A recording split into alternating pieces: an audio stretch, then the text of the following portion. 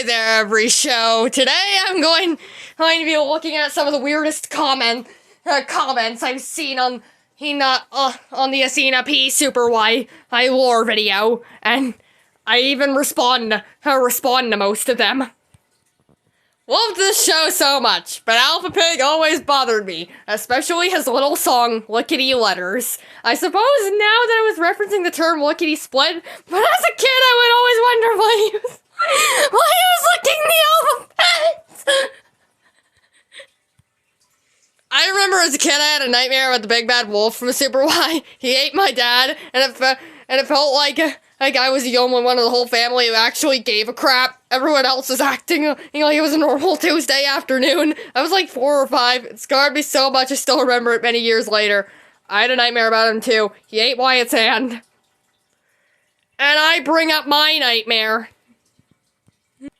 Imagine a reboot where they jump into fairy tales from different cultures. Imagine them having to fight a long-necked lady or something. No thanks.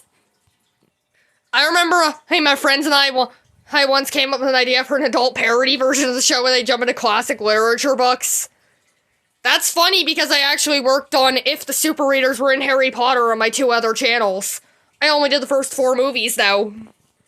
The Tom Thumb episode had a problem where Tom got stuck in milk, and instead of picking him up by hand, they had to make a spoon to do it. They weren't helping, they were just flexing their powers. After I rewatched Cinderella, Tom Thumb is next because what? I'm so confused. I just checked and it passes. I'm honestly very excited. Okay, I actually might do, but Tom Thumb will have to wait because I've already completely settled that Cinderella is next final answer. I mean, this person probably just misheard the theme song, but I specifically remember it being, who's got the power to read? Who looks into books for the answers they need? Yeah, you're just wrong. I mean, no offense, I'm sorry if I insulted you. When I was little, I ended up with a sticker book of this show as a Christmas gift. Anyways, one of the pages had a crying baby pig or something, and me and my brother tore half the stickers in half to make it look like it had ripped the majority of the Super Y cast in half. That was fun. Chaotic neutral. Super Y was more my brother's preferred show, but I remember hating Princess Bee with a passion because I hated peas. I remember liking Red because I liked girls and roller skates. There is no difference between us. Low-key had a crush on Red as a kid because had her outfit slayed so hard. Fair.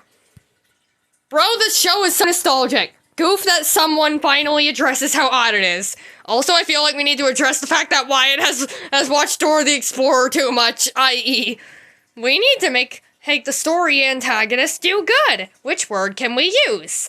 Good word, bad word, or bad word? Let's try bad word. The sentence was, the villain onked us. What?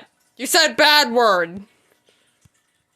I'm sorry, that was Ivy using my account. Super Y Stories Season 1. Actual fairy tales. Super Y Stories now. Jerry eats a pie.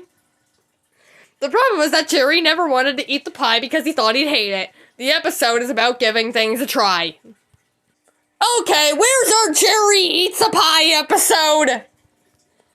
I remember finding a Super Y sound book at a bookstore. When the button with Alpha Pig's face was pressed, I heard Alpha P with alphabet power. What? I think Pig needs a restroom.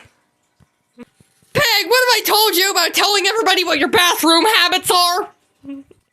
I just realized Super Y is basically Scribblenauts. We need the Scribblenauts Super Y mod where they let us play as the Super Readers. And so they're the funniest comments I was able to find. If any of the people who wrote those comments are watching this video,